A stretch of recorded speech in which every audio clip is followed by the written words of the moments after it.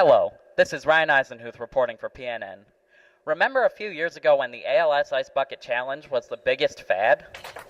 The whole point of the challenge, where people would post a video of them dumping ice water on their head to social media, was to increase awareness of ALS, or amyotrophic lateral sclerosis, as well as encourage donations to research the disease. Very few people know what ALS is, but now it has impacted us here at Perry Schools.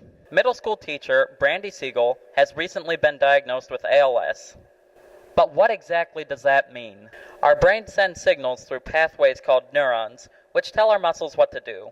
ALS, also known as motor neuron disease or Lou Gehrig's disease, affects these signals.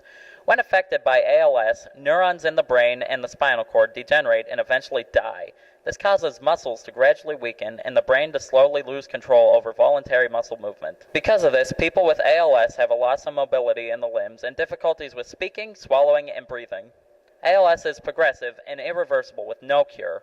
Because ALS affects neurons and not the brain itself, a person suffering from ALS continues to have a fully intact mind. Very little is known about the causes and treatment of ALS, and research is constantly being done to learn more about the disease so that it can be cured in the future. Hopefully, ALS can be stopped someday, but this is impossible without the money necessary to do it. You can help with ALS research by donating to the ALS Association, and you can help Mrs. Siegel by participating in the Brandy's Bucket Brigade fundraiser on Friday, February 2nd from 4 to 8 p.m. at the Perry Community Center. Anything that you can do to help will be such a blessing to other people.